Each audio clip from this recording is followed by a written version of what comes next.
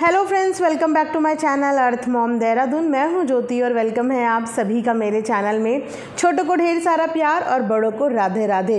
तो दोस्तों, आप लोगों से मेरी एक शिकायत है कि आप में से बहुत सारे जो दोस्त हैं वो वीडियोस भी देखते हैं, आके कमेंट भी करते हैं, लेकिन सब्सक्राइबर बहुत कम बढ़ रहे हैं। ऐसा प्लीज़ मत कीजिए। जितने भी लोग वीडियो देखते हैं, कमेंट करते हैं, सबसे पहले चैनल को सब्सक्राइब ज़रूर किया करो, क्योंकि मैं अपने चैनल में बहुत सारी चीज़ों पर रिएक्शन देती हूँ, बहुत सारे व्लॉगर्स पर रिएक्शन देती हूँ। तो अगर आपका भी कोई फेवरेट व्लॉगर है जिस पे आप चाहते हैं कि मैं रिएक्शन बनाऊं, तो आप लोग कमेंट सेक्शन में मुझे सजेस्ट कर सकते हैं। मैं नेक्स्ट वीडियो में पूरी कोशिश करूंगी कि आपके फेवरेट व्लॉगर के ऊपर एक रिएक्शन वीडियो लेके आऊं।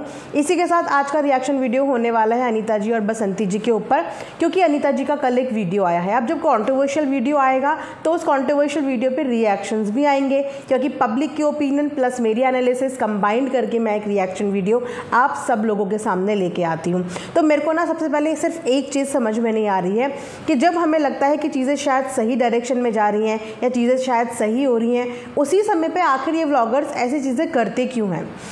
इतने दिनों से सब सवाल पूछ रहे हैं कि पंचायत ने पार्टिसिपेट क्यों नहीं करा, केस की अपडेट क्या है, तो कुछ नहीं बोला जाता है। आप एक नॉर्मल व्लॉग दिखाते तो हमें लगा कि इनकी नॉर्मल ज़िंदगी रूटीन पे आ गई है, क्योंकि वहाँ से बसंती ने भी अब नेगेटिव बोलना या कंट्रोवर्शियल टॉपिक उठाना बंद कर दिया है। वो भी अपनी नॉर्मल डेली व्लॉगिंग दिखा रही है। यहाँ पे अनीता जी की भी डेली व्लॉगिंग दिख रही है, लेकिन उसके बाद हर 5-7 दिन के बाद एक ऐसा कंट्रोवर्शियल टॉपिक पे वीडियो बना दी जाती है कि जिसके बाद वापस से यूट्यूब में हलचल मच जाती है। कहाँ मुझे अभी पिछली वीडियो देख के एक पॉजिटिव वाइब्स आ रही थी कि नहीं यार, अभी भी इन लोगों के बीच में थोड़ा बहुत प्यार और थोड़ी बहुत केयर एक दूसरे के लिए है, तो चीज़ें शायद सॉर्ट हो सकती है। तो मैंने एक बहुत पॉजिटिव नोट पे एक मैसेज भी देने की कोशिश करी कि चीज़ों को सॉर्ट कर लो। लेकिन मैं क्या देखती हूँ कि कल एक वीडियो आती है और अगेन हमेशा की तरह ये पैटर्न बन गया है कि सफाई के लिए नंदों को लाया जाता है। आखिर क्यों? उनकी ज़रूरत क्यों है बार बार सफाई देने की? क्योंकि नंदे यहाँ नहीं रहती हैं। नंदों को भी सिर्फ उतना पता होता है जितना आप लोग अपना साइड बताते होंगे, बसंती उन्हें अपना साइड बताती होगी, और कौन सच बोल रहा है कौन झूठ बोल रहा है इसकी तो लड़ाई ही ख़त्म नहीं हो रही है। क्योंकि हमें एज एन ऑडियंस भी नहीं समझ में आ रहा है कि इन दोनों में से सच्चा कौन है और झूठा कौन है। देखा जाए तो दोनों के दोनों झूठे हैं और देखा जाए तो दोनों के दोनों सच्चे हैं। लेकिन इस पर पहले भी इन्होंने एक वीडियो बनाई थी जिसमें नंदों से पूरी बातें करवाई थी, और उसके बाद कितना ज़्यादा ट्रोलिंग इनकी हो गई थी। पूरे कमेंट सेक्शन में, इनकी खुद की वीडियो के कमेंट सेक्शन में इतने नेगेटिव कमेंट इनके लिए आ गए थे, जिस समय पे अंजलि ने अपनी सारी बुआओं को खड़ा करके वीडियो बनाई थी। अब उसके बाद एक बार फिर से ननद को लेके वीडियो बना दी गई। मैं ये बोलना चाहूँगी कि कंट्रोवर्सी में नंदों को बीच में लाने का मतलब है कि आप उनको भी ट्रोलिंग का शिकार बना देते हो, जबकि वो 3 में ना है ना 13 में है। दूसरे घर की वो बहुएं हैं, दूसरे घर वो चली गई हैं, तो उन्हें बार बार अपनी वीडियो में यूज़ करना छोड़ दीजिए। क्योंकि आप खुद देखिए, आपकी खुद की वीडियो के कमेंट सेक्शन में लोगों ने किस हद तक नेगेटिव कमेंट्स उनके लिए करे हैं। चलिए, अब जब बात कर ही दी है, कंट्रोवर्सी शुरू कर ही दी है या कंट्रोवर्सी वीडियो पब्लिक कर ही दी है, तो उस पर एक अपना ओपिनियन मैं ज़रूर शेयर करना चाहूँगी। तो यहाँ पे ये वाली जो ननद जी हैं, मुझे इनको बारे में नहीं पता। आप सबको पता ही है कि मैं बहुत ज़्यादा पुराने टाइम से इनके व्लॉग नहीं देखती हूँ, और अभी भी मैं कुछ व्लॉग ही देखती हूँ जिससे मुझे रिएक्शन देना होता है। मैं सिर्फ करंट सिचुएशन पे और करंट व्लॉग के आधार पे बात करती हूँ। अगली पिछली बातें मैं नहीं करती। जो ये वीडियो में बोलेंगे, जो ये दिखाएंगे, उसके आधार पर मेरा रिएक्शन आता है। तो मुझे कमेंट सेक्शन में ही सोचिए, इन्हीं के कमेंट सेक्शन में मुझे पता चला, मैं यहाँ पे स्क्रीनशॉट भी लगा दूंगी, कि ये वो ननद है जिनकी बीच में तबीयत ख़राब हुई थी, और उस तबीयत ख़राब में 5 से 6 दिन बसंती जी इनके पास गई थी, इनकी सेवा करके आई थी जिस समय पे इनको ज़रूरत थी। देखिए, पैसा ज़रूरी है लाइफ में, मैं ऐसा नहीं बोलती कि पैसे की कोई वैल्यू नहीं है। पैसा बिल्कुल ज़रूरी है लाइफ में, लेकिन इंसानों का भी मोल है। और इंसान, क्या मैं बताऊं कि आप समझ नहीं पा रहे हो कि इंसान का मोल पैसों से कई ज़्यादा है। और जिस समय पे आपकी तबीयत ख़राब होती है, आपकी लाइफ में प्रॉब्लम चल रही होती है, उस समय पे आपको पैसे की ज़रूरत तो पड़ती है, लेकिन उस समय पे आपको मोरल सपोर्ट के लिए, इमोशनल सपोर्ट के लिए इंसानों की भी ज़रूरत पड़ती है। तो ये वो ननद है जिनकी जिस समय पे तबीयत ख़राब हुई थी, उस समय पे बसंती इनके पास गई थी, और बसंती ने इनकी तबीयत ख़राब में इनको सपोर्ट किया था और प्यार किया था। और आज वही ननद के मुँह से एक शब्द भी नहीं निकल रहा है। इनके लिए तो दोनों भाभियाँ बराबर होनी चाहिए, दोनों भाई बराबर होने चाहिए, दोनों भांजे भतीजे बराबर होने चाहिए। होने चाहिए कि नहीं होने चाहिए?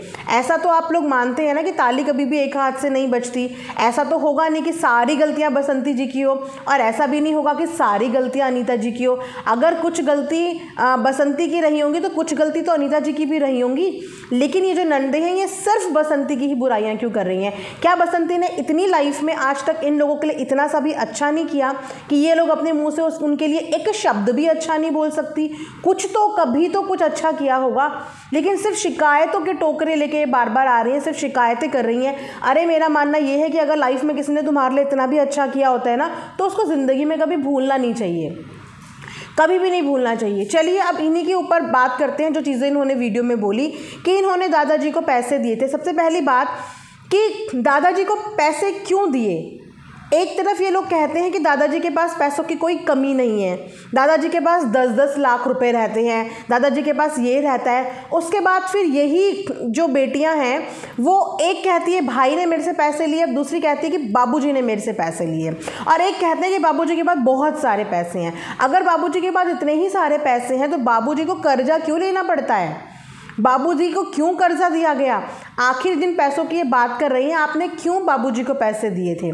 एक तरफ आप खुद देखिए कि इन्होंने खुद ही बोला कल अनीता जी ने अपनी वीडियो में कि जो हमारी नंदे हैं ना, हमने उन्हें खरीदा नहीं है, क्योंकि अनीता जी को ऐसा बोला जाता है कि पैसे देके नंदों से बुलवा लिया, पैसे देके नंदों से वीडियोस बनवा ली। तो उन्होंने खुद बोला कि हमने किसी को पैसे ही नहीं दिए, और हमारी जो नंदे हैं वो बहुत अच्छे घर परिवार में हैं, उनको ऐसे पैसों की ज़रूरत नहीं है, वो एक अच्छे खासे परिवार में है। इसका मतलब वो गरीब नहीं है, वो एक अच्छे खासे सेटल फैमिली में है।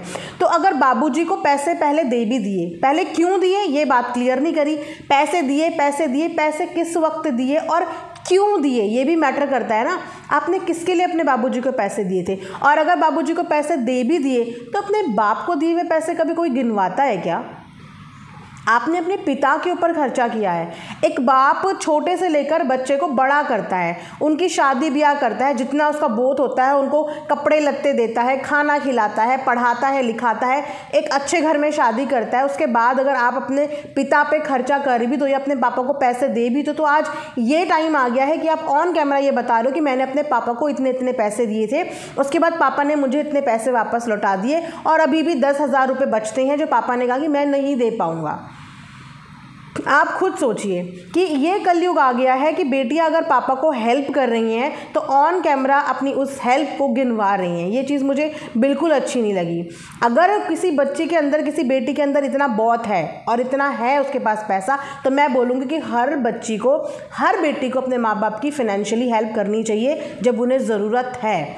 ऐसा नहीं होता कि माँ बाप की हेल्प सिर्फ बेटे ही कर सकते हैं, ऐसा नहीं होता। बेटियां अगर सक्षम हैं और अगर बेटियों के पास है तो बेटियों का भी पूरा हक है अपने माता पिता की मदद करने का। लेकिन ये किस टाइप की बेटियां हैं मुझे समझ नहीं आ रहा, जो अपने बाबूजी को पैसे देने के बाद आज सोशल मीडिया पे वो पैसे दिखाने की, पैसे वापस लेने की पूरी चर्चा कर रही हैं। सिर्फ मैटर यहाँ पे अनीता जी और बसंती जी के बीच का है, जो एलिगेशंस इन्होंने एक दूसरे के ऊपर लगाए हैं। तो ये जो गड़े मुर्दे उखाड़े जा रहे हैं, क्या आपको लगता है कि इन बातों की ज़रूरत है? क्या आपको नहीं लगता कि ऑडियंस ये सुनना पसंद ही नहीं कर रही है? आप अपने खुद के कमेंट सेक्शन में एक बार जाके देखा तो करो कि ऑडियंस को ये सब चीज़ें नहीं चाहिए। अगली पिछली बातों से ऑडियंस को कोई इंटरेस्ट नहीं है। अभी मेन मुद्दा है कि दोनों ने एक दूसरे के ऊपर एलिगेशन लगाया है। अगर आपको चर्चा करनी है तो आप उन बातों के ऊपर चर्चा करो। मैंने इसको इतने पैसे दिए, मैंने उसको इतने पैसे दिए, ये सब चीज़ें क्या हैं और इन सब चीज़ों से आप क्या प्रूव करना चाहते हो? कुछ भी प्रूव नहीं होगा इन सब चीज़ों से। देखो आप खुद गलत साबित हो गए कि एक बेटी आज अपने बाप को दी हुई मदद जो है वो सोशल मीडिया पे गिनवा रही है, अपने पैसे यहाँ पे गिनवा रही है। उसके अलावा इन्होंने आज जो है बसंती के स्वर्गवासी हस्बैंड की तारीफ़ करते हुए तो आपने देखा ही कि तारीफ़ कर रहे हैं, वो बेचारा इतना परेशान था, वो बेचारा ऐसा था, वो बेचारा वैसा था। ठीक है, वो बेचारा बहुत परेशान था, तो क्या बेचारी बसंती नहीं लगी आपको कि बेचारी बसंती भी कितनी परेशान थी? बहुत ब्लेस्ड होते हैं वो लोग जिनके घर में ऐसे नशेबाज लोग नहीं होते, लेकिन जिनके घर में ऐसे नशेबाज लोग होते हैं ना, उनकी ज़िंदगी कैसी होती है ये वही जान सकता है जिसके ऊपर बीतती है। सोशल मीडिया पे ऐसे बहुत सारी फैमिली है जिनके घर में ऐसे नशे के लत वाले लोग हैं। एक औरत अपने पति को नशे से बचाने के लिए क्या क्या नहीं करती है। आए दिन आप ऐड देखते हो, आए दिन आप गांव-गांव में ये चीज़ें देखते हो, कितनी बुरी हालत रहती हैं ऐसी औरतों की, ऐसे बच्चों की जिनके घर में उनके पति पीते खाते हैं। किस मंदिर, किस मस्जिद, किस डॉक्टर, किस वैद्य का दरवाज़ा नहीं खटखटाती हैं वो औरतें। कितने सारे ऐड आते हैं इसी से रिलेटेड, दारू छुड़ाएं, नशा छुड़ाएं। एक नशे वाला इंसान के साथ ज़िंदगी नरक से कम नहीं होती है। जाने के बाद बहुत अच्छा वो भाई लग रहा है, लेकिन जब तक वो भाई जिंदा था और जब तक उस भाई के कर्जदार रोज़ दरवाजे पे आके खड़े हो जाते थे, बसंती के आगे खड़े हो जाते थे, और आज जाने के बाद भी उसके दरवाजे पे खड़े हो जाते हैं कर्ज मांगने के लिए। क्या कभी आपने बोला कि लाओ मेरे भाई का कर्ज मैं चुका देती हूँ, मेरा भाई बहुत अच्छा है। इनफैक्ट आपके भाई ने जो पैसे मांगे थे, आपने तो उन पैसों को भी गिना दिया था, उन पैसों को भी गिना। तो किस बात का प्यार भाई से दिखाना है, किस बात की तारीफ भाई से हो रही है। खुद इन्होंने अपने मुंह से बोला ना कि भाई ने पैसे लिए थे। भाई के जाने के बाद आप भी अपने पैसों की डिमांड अपनी भाभी से कर रहे हो, अपने बापूजी से कर रहे हो। आज आप अपने होके, सगे होके अपने भाई का लिया हुआ कर्ज उनसे मांग रहे हो। तो सोचो जो बाहर के लोग होंगे जिससे आपके भाई ने कर्ज लिया होगा, उनका कर्ज बसंती आज तक चुका रही है। क्या वो एक बार भी आपको बेचारी नहीं लगी? क्या एक बार भी आपको उसके ऊपर तरस नहीं आया? आपको एक बार भी ये नहीं लगा कि आपका भाई इतना पीता खाता है, उसकी ज़िंदगी कैसी नरक जैसी चल रही होगी? सब लोगों ने व्लॉग में देखा है, सब लोगों ने व्लॉग में देखा है कि उनके हस्बैंड कैसे करते थे, क्या करते थे, पी के कहाँ कहाँ पड़े रहते थे। छोटे छोटे बच्चे अपने बाप को उठा उठा के लेके आते थे, और यही तो रीज़न था बाबूजी का उनके साथ रहने का, क्योंकि बाबूजी को पता था कि उनके बेटे के अंदर नशे की लत लगी हुई है, और जिस लत की वजह से उनका परिवार कमज़ोर है। क्योंकि परिवार आदमी से चलता है, आदमी कमा के लाता है तो बच्चे सुकून की 2 रोटी खाते हैं। लेकिन जिस घर का आदमी ही पीने खाने में लग जाए, आप खुद बताइए कि उस घर की रोटी का इंतज़ाम कौन करेगा। और इसीलिए बाबूजी ने उनका परिवार चूज़ किया था कि उनका परिवार कमज़ोर है, क्योंकि उनका बेटा लायक नहीं है अपने परिवार को संभालने के लिए। इसीलिए बाबूजी ने उनका साथ दिया था। ये तो आप सब लोग मानते हैं। आप इस चीज़ को कैसे जस्टिफाई कर सकते हैं कि आपका भाई बेचारा था लेकिन आपकी भाभी बेचारी नहीं थी? आपकी भाभी ने आपके भाई को इतना परेशान कर दिया था, जबकि सबको पता है कि उनको नशे की लत थी और नशे ने बहुत घर बर्बाद करे हैं। आए दिन न्यूज़पेपर में खबर आती है, आए दिन किसी न्यूज़ चैनल में ये न्यूज़ चल रही होती है कि नशे की हालत में पति ने पत्नी के साथ ये कर दिया, बच्चों के साथ ये कर दिया, खुद के साथ ये कर दिया, अपना घर बर्बाद कर दिया। नशे ने कभी भी घर बसाया नहीं है, नशे ने हमेशा घर बर्बाद किया है। तो आप इस नशे की आदत को जस्टिफाई नहीं कर सकते। बेचारा अगर आपका भाई था तो बेचारी बसंती भी थी। प्लीज़ इतना ज़्यादा अंधाधुन भी चीज़ें मत करो कि आपको किसी की परेशानियां या अच्छाइयाँ ही दिखनी बंद हो जाए। मैं ये नहीं बोलती कि बसंती ने कभी कोई गलती करी ही नहीं होगी या वो 100% सही होगी, बिल्कुल करी होगी। 50% गलतियाँ मैं बोलती हूँ करी होगी, लेकिन कुछ अच्छा भी तो किया होगा। लेकिन आप उसके ऊपर जो बीत रही है, जिन परेशानियों में वो रही है, आप उन परेशानियों को भी आज जस्टिफाई कर रहे हो। तब क्यों नहीं करी जिस समय पे वो भुगत रही थी, जिस समय पे उसके साथ ये सारी प्रॉब्लम्स चल रही थी? तब क्यों नहीं करी? आपकी ये वीडियो बहुत गलत मैसेज जा रहा है, आपको खुद पता चल रहा होगा। मैंने तो बाद में बोला, मेरे से पहले तो कमेंट सेक्शन में कमेंट करने वालों ने कमेंट करके आप लोगों को बता दिया कि आप लोग गलत बोल रहे हो, गलत समय पे गलत चीज़ें बोल रहे हो।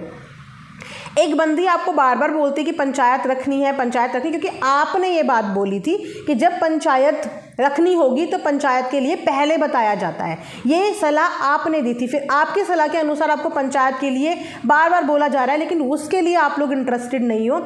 और आप लोग हो कहाँ ये भी नहीं पता। वीडियो सारी पुरानी आ रही हैं, सारी वीडियोज़ रिकॉर्ड हुई हैं, एक एक दिन वीडियो बनी है, एक एक दिन व्लॉग बना है। तो फिर कैसे परेशान थे? सारे दिन एवरी डे का व्लॉग आ रहा है, पुराने व्लॉग आ रहे हैं। तो मुझे बिल्कुल समझ में नहीं आ रहा है कि क्या बार बार नंदों को लेके वीडियो बना दी जाती है, क्या ये सही में ज़रूरी है? क्यों नंदों की हमें सफाई यहाँ पे चाहिए? नंदे यहाँ पे मौजूद नहीं थी। अच्छा, एक और चीज़ मैं यहाँ पे बताना चाहूँगी कि बोला जा रहा है कि कुछ लोग ये बोल रहे हैं कि जो लोग मौजूद नहीं थे एफआईआर में, उनके नाम क्यों हैं?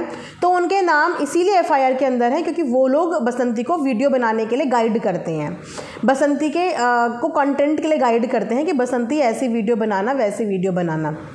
और साथ ही साथ इस बारे में भी बात हुई कि बसंती की हेल्प के लिए जब हमने पैसे देने चाहे तो बसंती ने सामने से बोल दिया कि मुझे पैसों की कोई भी ज़रूरत नहीं है। अरे आप लोग खुद एक बार सोचो, मुझे नहीं पता कि इस समय गुस्सा या नफ़रत आप लोगों पे इतनी हावी हो रखी है, लेकिन एक बार खुद सोचो कि किसी का पति इस दुनिया से चला गया और उसके अपने खुद के सगे भाई, बीवी, बहनें उसके जाने के 7 दिन बाद आते हैं, 6 से 7 दिन बाद वहाँ पे आते हैं और 6 से 7 दिन के बाद आने के बाद पैसों की मदद के लिए बोलते हैं। किसका ज़मीर इस चीज़ के लिए अलाउ करेगा? किसका ज़मीर? 6 दिन के बाद, 6 दिन के अंदर तो जो चीज़ें होनी होंगी वो हो गई होंगी। जितना पैसा जाना होगा, जितनी पूजा पाठ की तैयारियां करनी होगी, जिसको जहाँ जो देने होंगे वो तो 6 दिन के अंदर दे दिए होंगे।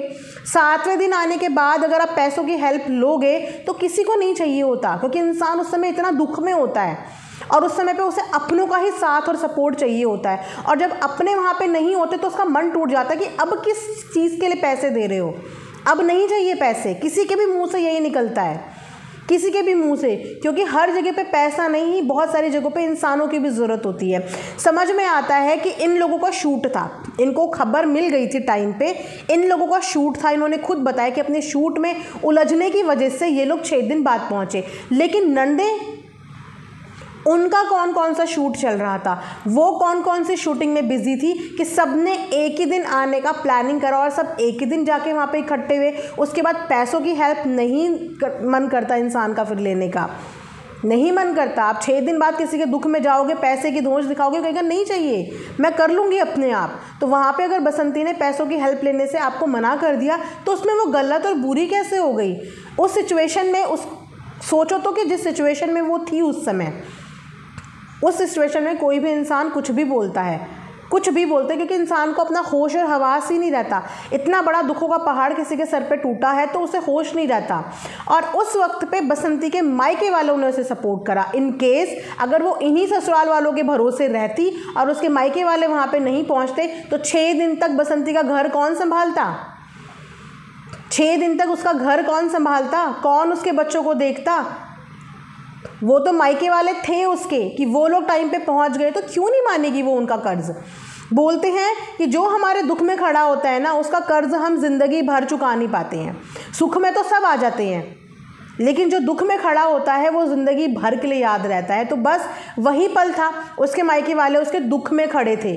जो साफ़ सफाई में अनीता जी और उनकी फैमिली को करनी चाहिए थी, वो सारी साफ़ सफाई, घर के सारे काम बसंती के मायके वालों ने किए। वो सारे झाड़ू पोछा, बर्तन, पूरा घर संभालना आपने और हम सब ने व्लॉग में देखा है। और अगर उस समय पे ये व्लॉग शूट ना होता तो हमें पता भी नहीं लगता कि उसके मायके वालों ने कितना सपोर्ट उस समय बसंती को किया। पूरा घर संभाल के रखा था उन्होंने, पूरा का पूरा घर।